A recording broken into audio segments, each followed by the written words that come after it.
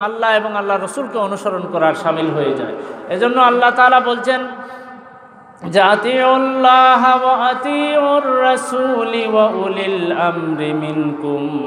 আল্লাহ তাআলা এখানে শুধু আল্লাহ তাআলার আনুগত্য করার কথা বলেন নাই, আল্লাহ তাআলা এখানে বলছেন আতিউল্লাহ, তোমরা আল্লাহর আনুগত্য করো, ওয়া আতিউর রাসূল, এবং তার রাসূলের আনুগত্য করো, ওয়া উলিল আমরি মিনকুম, আর তোমাদের মধ্যে যারা উলিল আমর, যারা নেতৃস্থানীয়, তাদের তোমরা অনুসরণ করো।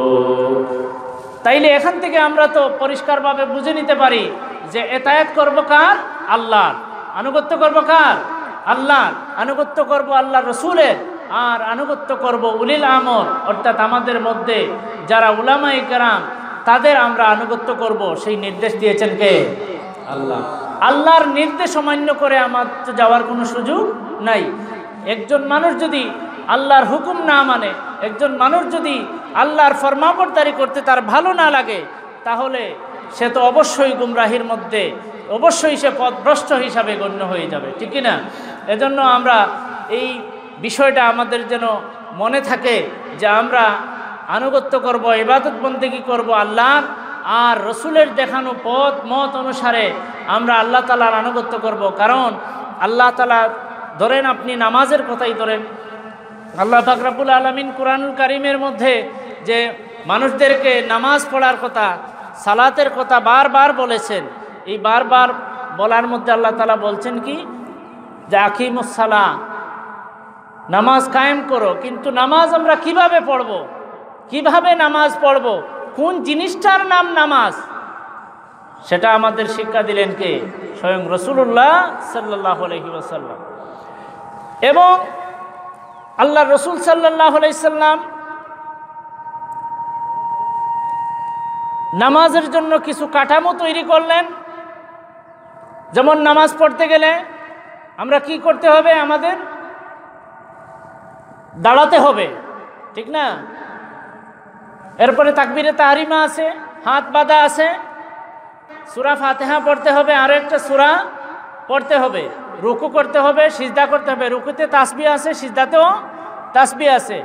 এক সিজদা দিয়ে উঠে এখানেও আবার দোয়া আছে, এরপরে আবার সিজদা। এরকম যে একটা কাঠামো তৈরি করলেন, এই সম্পূর্ণ অবস্থাটার মূল নামটাই হলো নামাজ, যেটা কোরআনের ভাষায় বলা হয়েছে সালাত, ঠিক না? এখন আমি যদি ধরেন আমার পুরাটা দেহের চক্ষু, কান, মাথা, নাক, মুখ, বডি সব মিলাইয়েই তো আমি একজন মানুষ, ঠিক না? এজন্য শুধু রুকু করলে নামাজ হয় না। রুকু যেমন করতে হবে, সিজদাও করতে হবে, দাঁড়িয়েও থাকতে হবে, এই যে এরপরে সূরা পড়তে হবে। এই সব কিছু মিলাইয়ে এটার মূল নাম হলো নামাজ বা সালাত। এটা তো আল্লাহ তাআলা কোরআনুল কারিমে বলে দেন নাই, এগুলো তো কোরআনুল কারিমে নাই। তাইলে সরাসরি একজন মানুষ যদি বলে আমি কোরআন ছাড়া অন্য কিছু মানি না, কোরআন ছাড়া আমি অন্য কিছু বুঝি না, তাহলে কোরআনে তো এগুলো নাই।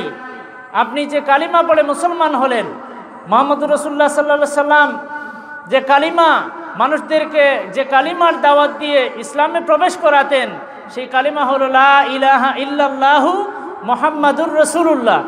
এই কালিমাও তো কোরআনে নাই, না আছে? আপনারা যারা কোরআন পড়েছেন বলুন, কেউ বলতে পারবেন যে কোরআনের মধ্যে এটা আছে? নাই।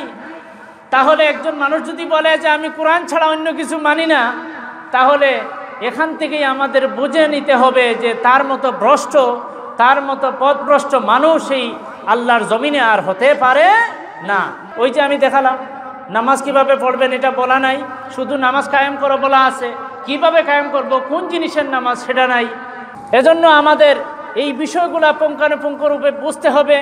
এই বিষয়গুলো অনুধাবন করে আমাদের জীবন আমরা আমাদের পরিচালনা করতে হবে।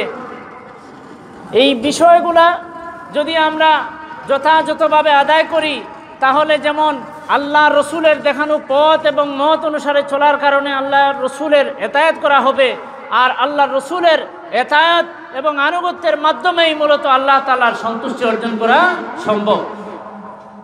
এরপরে আল্লাহ রসুল সাল্লাল্লাহু আলাইহি সাল্লাম দুনিয়া থেকে যখন চলে গেলেন, তখন তার প্রকৃতপক্ষে ওই দ্বীনের মূল অনুসারী হলেন সাহাবায়ে কেরাম।